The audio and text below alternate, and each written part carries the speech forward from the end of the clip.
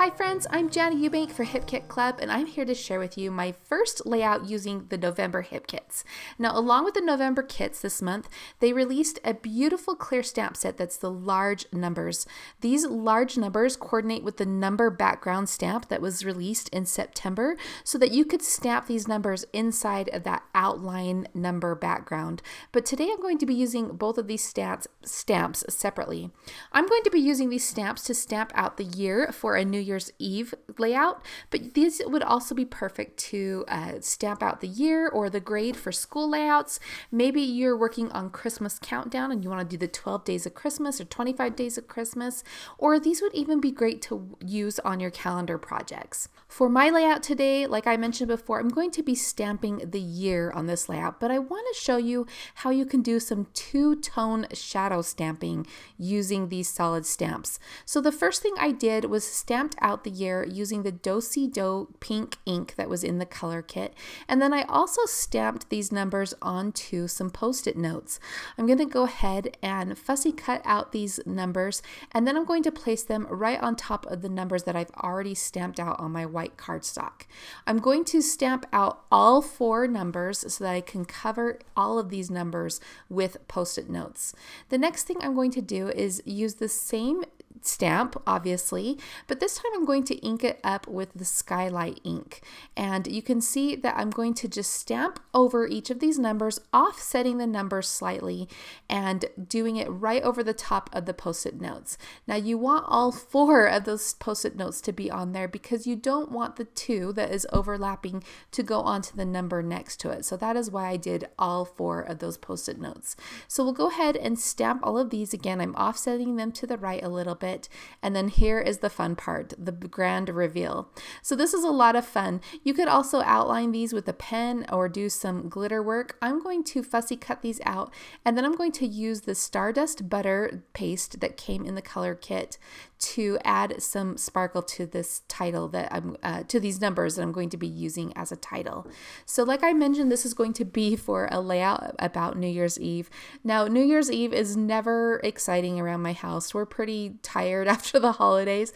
And so, you know, the kids usually go hang out with their friends and watch movies or go ice skating or do something like that. But the older kids, we just kind of hang out, watch movies, you know, watch TV, do some really boring stuff. And so I kind of laugh because I never have any great pictures to document New Year's Eve. So these pictures that I'm scrapbooking today are me and my oldest daughter. My eyes are all puffy. I'm super tired because I'm trying to stay up. Normally I just go to bed. In fact, my husband had already fallen asleep on this particular night like he usually does. And we have a bunch of neighbors that do fireworks. I don't know, we're just kind of lazy about New Year's Eve. We don't even go outside and look at them. We just snapped a few pictures, waited for the kids to get home from their friends' houses to make sure they were all, home safe and sound. And then we just go to bed. So it's a pretty boring holiday around here. I don't know how it is for you, but I thought at least it would make a fun layout using these stamps. Now, I love using numbers for New Year's Eve layouts because, you know, you're counting down to midnight, right? So I thought that this number background would be perfect for that. Initially, I thought about putting some pattern paper strips on the left and right edges of this layout, the layout of my background. But after I go ahead and stamp this background number, offsetting them slightly, you know, kind of bouncing them up and down a little bit, I decide that I don't like how the strips look on the side.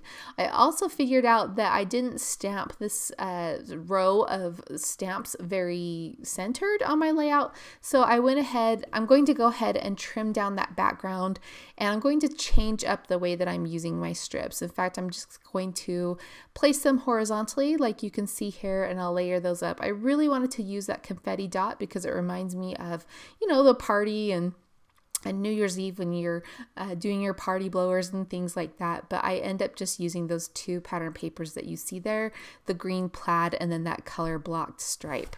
So now I'm going to pick out another cardstock that I can mat this background layer on, and I decided to go with the fuzzy pink because I wanted it to tie back into the pink of my title year. So I'm going to gut out the center of this. I will use that center portion to mat the photos, but I'll go ahead and adhere that holly, let's see, it's called holly bush, that minty green background layer to that fuzzy pink cardstock, and I really like how that looks. So I will grab the photos and I will go ahead and double mat those.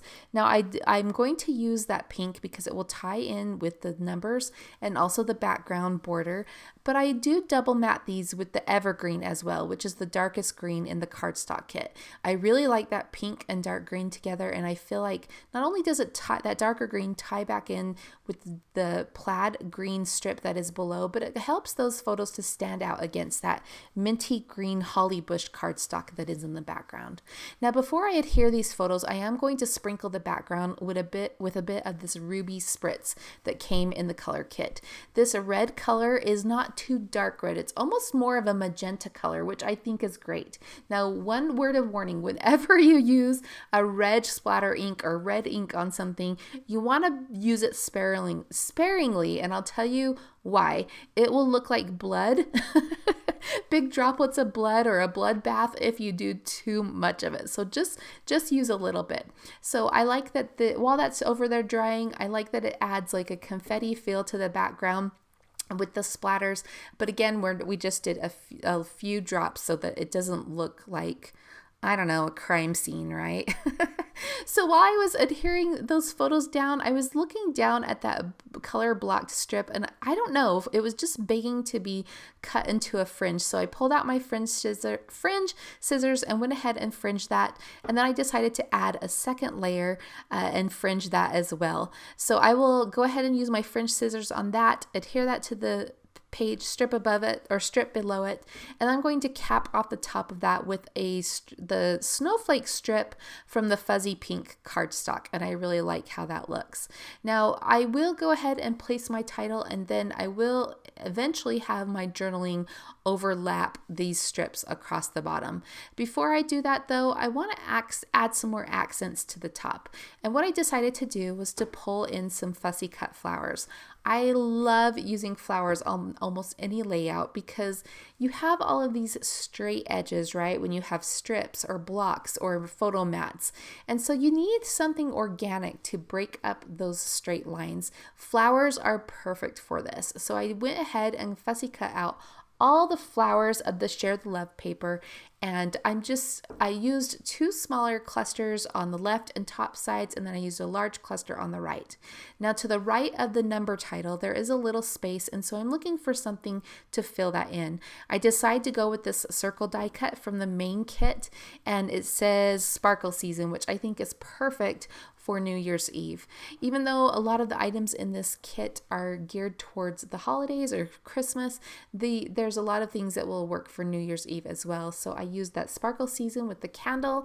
I also pulled out the silver foil star die cuts, and now I'm going to add my journaling here. Now, normally I do single line journal strips, but for this layout, because I already had lots of strips going on at the bottom, I decided to do chunkier journal strips by putting two lines together in each strip. And I think that works out well. It overlaps the strips on the bottom a lot better, and I really like how that looks.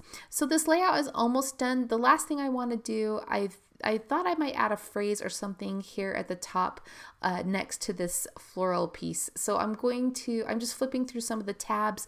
I picked out the silver foil chipboard tab from the embellishment kit, and then I'm also using a blush tab that I die cut from the Pocket Life kit. I'm stamping that tab with the word memories from the Pocket Life stamp, and then I'm just going to adhere these at the top of the photo. The silver one I'm tucking behind the pink mat, and then the pink one I'm tucking behind the evergreen mat, so they kind of layer over one another. I love the way this page turned out. The fringe was a lot of fun to do. If you don't have fringe scissors, Hip Kit Club has a fringe border die that would work just as well. I just happened to have my fringe scissors handy, so I went ahead and used that. And just a reminder that you're going to want to pick up the number stamp set, both the number background from September and the large numbers from November. These complement one another perfectly and are are good for school layouts, New Year's Eve layouts, Christmas countdowns, calendar projects, and more. My name is Jana Eubank for Hip Kit Club. Thanks for crafting with me today. See you next time.